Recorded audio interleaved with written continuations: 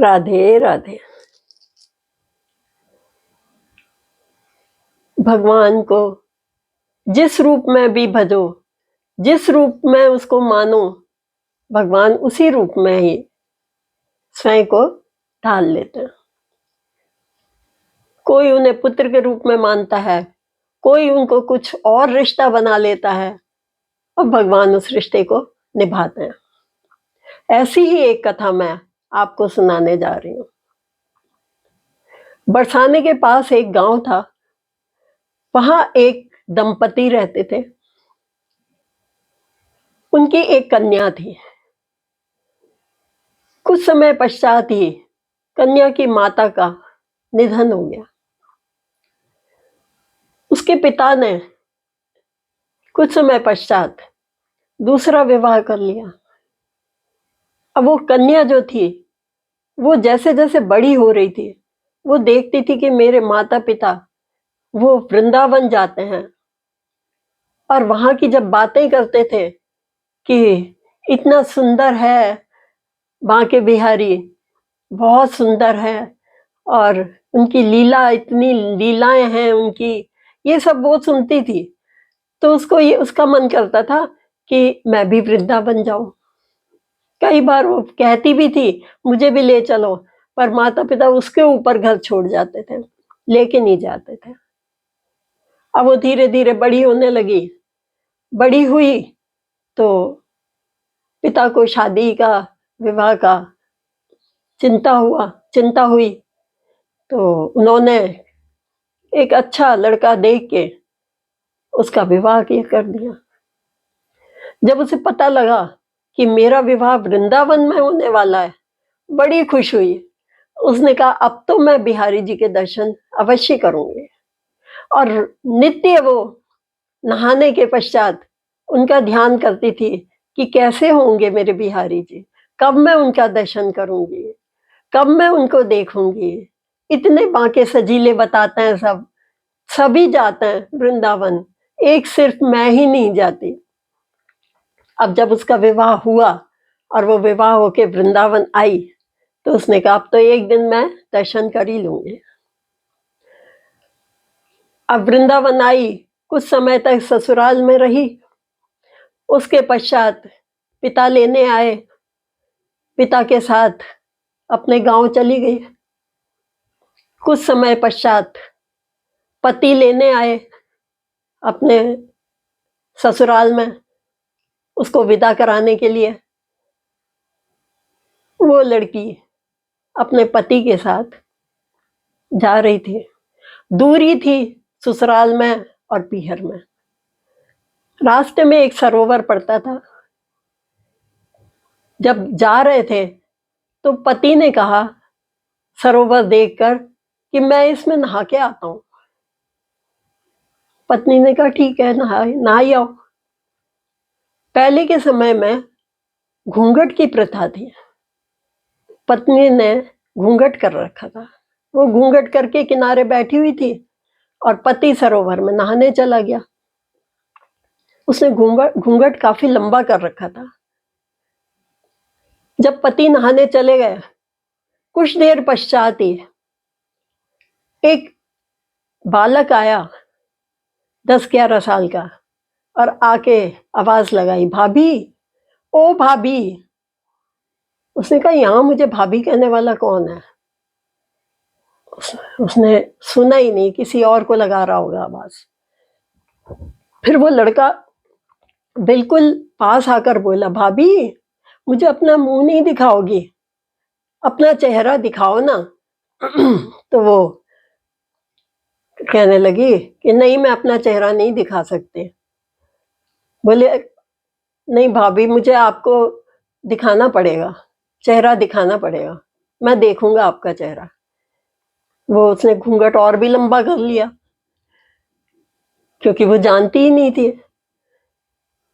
अब थोड़ी देर बाद वो माना नहीं और उसने घूंघट उठा के और बोला अब तो मैंने देख लिया, तुम भी देख लो अपने देवर को। अब वो जो थी उसने देखा, अरे ये कौन है, मैं तो जानती भी नहीं। अब वो तो चला गया बालक और वो फिर से घूंघट करके बैठ गई। थोड़ी देर बाद पति आया नहा के, आके बोला कि चलो। तो उसने सारी बात बताई कि कोई बालक आया था और भाभी भाभी कह के और जबरदस्ती मेरा घूंघट उठा दिया और माना ही नहीं। मैंने तो बहुत मना किया था पर वो माना ही नहीं। पति ने कहा कि कौन था वो? आसपास देखा कि बताता हूँ मैं उसको कौन था जो जबरदस्ती घूंघट उठा करके मुंह देख रहा था। मैं देखता हूँ उसको, पर वो कहीं मिला नहीं। अब वो दोनों वृंदावन पहुंच गए। वो लड़की अपनी ससुराल में पहुंच गई। कुछ दिनों पश्चात लड़की की सास ने कहा कि बेटा तुम जाओ, दोनों जने बिहारी जी के दर्शन कर आओ। बड़ी खुश हुई कि आज तो मैं बिहारी जी के दर्शन करने जा रही हूँ। बहुत समय से सोच रही थी, आज तो मैं बिहारी जी के दर्शन कर ही लूंगी। ये सोच के पति से कहा कि चलिए हम दर्शन करने चलते हैं। जब दर्शन करने गए, बहुत भीड़ थी, बहुत भीड़ थी। भीड़ में किसी तरह से बढ़ते बढ़ते थोड़ा आगे पहुंचे। आगे जा करके उन्होंने दर्शन करे। जैसे उसने घूंघट उठा करके, उसने सोचा यहाँ तो कोई मेरे जानने वाला है नहीं, तो यहाँ तो मैं अच्छी तरह से घूंघट उठा करके और फिर दर्शन करूंगी। जैसे उसने घूंघट उठाया और बिहारी जी को देखा, तो बिहारी जी तो उसे उसी रूप में नजर आए जैसे कि देवर था। अब आपको यहाँ ये बता दूं कि जब उसे पता लगा कि मेरा वृंदावन में मेरा मेरा पति रहता है, तो उसने ये पहले ही सोच लिया था कि बिहारी जी भी वृंदावन में ही रहते हैं, तो मैं उनको क्या रिश्ता दूं। तो उसने पहले ही सोच लिया था कि मैं उनको अपना देवर बनाऊंगी, क्योंकि वो ससुराल की तरफ से हैं, वृंदावन में रहते हैं और मेरी ससुराल है वहां पर, तो और कोई रिश्ता नहीं, मैं फिर उनको अपना देवर मानूंगी। अब जब उसने जैसे ही देखा, पट खुले, बिहारी जी को देखते ही बोले, अरे ये रहा वही, अरे ये वही है जिसने मेरा घूंघट उठाया था, ये वही है। इतनी जोर जोर से चिल्लाने लगी वो कि आसपास जितने भी लोग खड़े थे सब उसको देखने लगे। और जो पति था उसने देखा, उसने कहा कि क्या हुआ?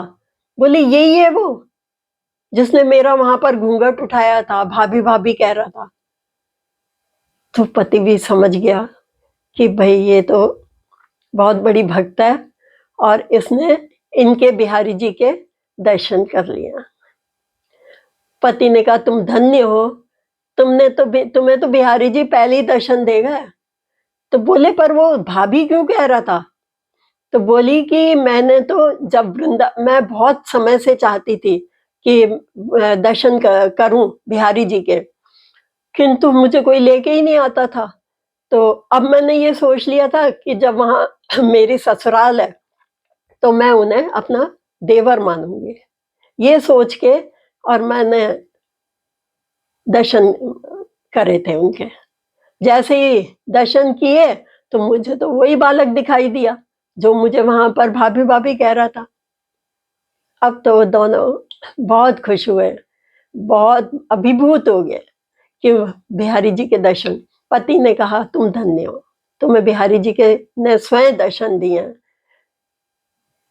तो देखा दोस्तों, उनको मानो, चाहे कोई भी रिश्ते से मानो, वो उस रिश्ते से ही आपको निभाते हैं। राधे राधे।